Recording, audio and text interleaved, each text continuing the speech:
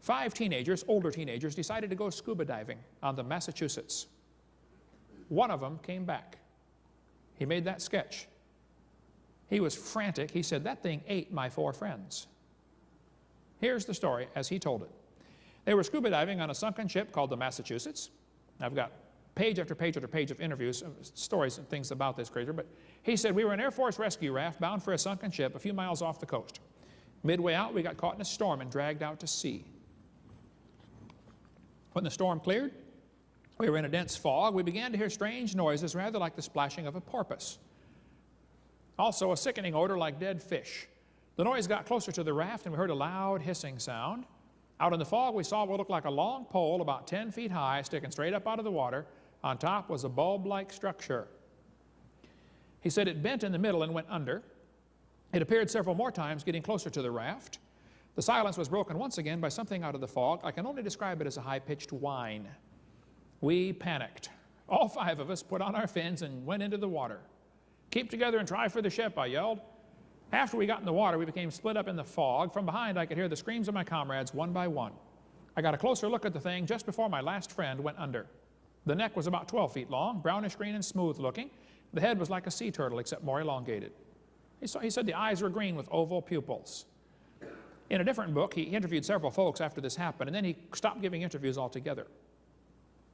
But in this book, he said, "I don't know how long it was before we heard a scream. It lasted maybe half a minute.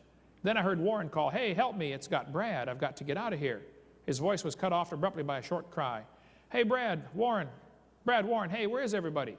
I yelled back at the top of my lungs. Larry now swam with Eric and me. Warren and Brad were nowhere in sight.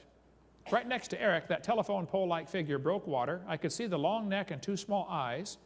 The mouth opened and it bent over. It dove on top of Eric, dragging him under. I screamed and began to swim past the ship. My insides were shaking uncontrollably." That's the sketch of what ate his friends. He said, "The next morning I was found by the rescue unit." I shared this story at a meeting one time when I was speaking in Fort Walton Beach, Florida, not far from my house. Edward McClary was the only survivor. After I shared the story, a lady came to me after and she said, "Mr. Hovind, my name is Val Bill. My stepson, Larry, was one of the kids who was eaten by that creature." She said, "This story you are telling is exactly correct." That's what she said. There's her phone address if you want to write her, if you don't believe me. Down the river, down the bay from us, or down the beach from us, is Panama City, Florida, about 100 miles away.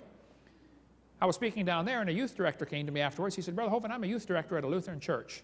He said, "My youth group was in the van driving across the bridge in Panama City, and we saw a creature just like that one you've got in your book down there." He said, "The kids all saw it. Everybody saw it in the van, but they all said, 'Man, if we tell anybody, they're going to think we're crazy.'" There have been many reports like this. Who knows how many have not been reported? I interviewed a lady who grew up in Panama, Central America. She said she was riding her horse along the ocean, on the Pacific Ocean, and she saw a plesiosaur. She's married to a pastor who's a Baptist pastor in Arkansas now. I interviewed her, been several winters ago. I have interviewed probably 80 people face-to-face who said, "Look, I've seen one." There have been 20,000 reported sightings in the last century. There have been reports of pterodactyls still alive. In Africa, they call it the Kangamato. In Kenya, they call it Batamzinga. That's their name for it. I was sitting in my office one time, and the phone rang, and this guy said, "Mr. Hovind, my name is," they call him Steve. He said, my African name is real long, so they call him Steve. He said, "I'm on the Kenya Olympic running team. I'm over here in Baton Rouge, Louisiana, and I'm going to school at Louisiana State." He's graduated now and gone. I don't know what happened to him. He said, "You mentioned in your seminar that I just saw that pterodactyls might still be alive." Here's one here on the table. "There have been many reports of pterodactyls, and I mentioned this in my seminar." Steve said, "Mr. Hovind, I'm from Kenya, and I want you to know we have those creatures in my village." He said, "They're only about a 4-foot wingspan." He said, "They've got a bump on the back of their head." He said, "Why do your schools in America say they lived millions of years ago?" I said, "Because we're dumb over here." He said, "They're very rarely seen, and most people in my village don't like them, and some people are superstitious about them, because their favorite food appears to be decaying human flesh.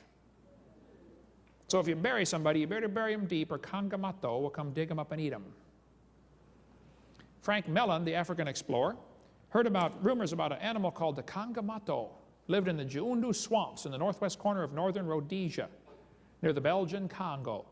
He asked the natives what it was. They told him it was a bird, but not exactly a bird. More like a lizard with wings like a bat. The wings made of skin.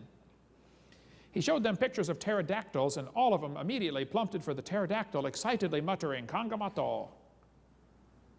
A couple of cowboys apparently shot one back in 1880-something in Arizona, cut off the wingtips and took it back to the saloon and said, "Fellas, we just shot a giant bird with no feathers. Here's part of the wingtips. They had skin, not feathers." In Venezuela, a missionary told me that he's been down there for years, and the natives kept talking about an animal that they're afraid of, a giant bat. They were scared of this animal. He said it would capsize canoes and carry off Indians. I met with Adam in '98. He told me the Indians were terrified of this bat, and years ago they had sent their bravest men to the head of the river, where they killed one of the creatures years ago and buried it near the Mawada River. When Clinton showed the Indians a picture of a pterodactyl, their eyes got big as saucers, and they said, "That is the bat." They positively identified this extinct dinosaur as the bat that lived a few miles from their village. Even today, the Indians will not fish or drink from the river for fear of this creature. Missionary Tyson Hughes told Bill Gibbons, who wrote the book with me, that he knew of a creature in Seram, Indonesia, right here. But the locals called the creature the orang batai, which means man with wings. My next-door neighbor teaches English as a second language at Pensacola Junior College. She lets me come in and speak to her class about once every other year so that I can share about dinosaurs and also get the gospel into them a little bit. So I was sharing about dinosaurs, and I shared this session in there. This is all adults learning English from other countries. This lady raised her hand. She said, "Mr. Hovind, I am from Indonesia. I'm a medical doctor, and so is my husband. We came over here to study English." She said, "You are right. We have those creatures in Indonesia. Why do your American schools say they lived millions of years ago?" Several missionaries claim they've seen these. Of course, some have never seen them, and somebody who's never seen one is going to say they don't exist. Carl Baugh has been down to Papua New Guinea several times. The natives there call the creature the ropen. They say it looks just like the pterodactyl, but it glows in the dark just a little bit, like it has something bioluminescent on its skin. Several missionaries have said they saw this creature and it has a slight glow to it. Charlie Knight told me he saw one in Washington, near Spokane, Washington. Giant bird was seen off the coast of Alaska about a year ago. How many heard about that one? The 14-foot wingspan. A lot of folks on this airplane saw this thing flying right past the airplane. Not past it, but it's flying in that region. And nobody knows for sure what it was yet. It hasn't been seen since, as far as I know. I have lots and lots of stuff on this topic. A couple of things and real quick here. The Indians out west used to have a story about the thunderbird. They told all the settlers that came out, they said, "Oh, be careful of the thunderbird. It's a giant bird." They said, "Why do you call it the thunderbird?" They said, "Oh, a Sioux Indian party years ago saw one get hit by lightning and fall to the ground. It took them 3 days to find it. When they found this thing, the buzzards had picked it clean, but it had a 20-foot wingspan and a bony bump on the back of its head." That's where the legend of the thunderbird came from, a pterodactyl. Here's a prayer stick in an Indian museum in Colorado, near Colorado Springs, and it shows the head of a pterodactyl. Henry Ford put an eagle on the taillight of his thunderbird. It should have been a pterodactyl, Henry.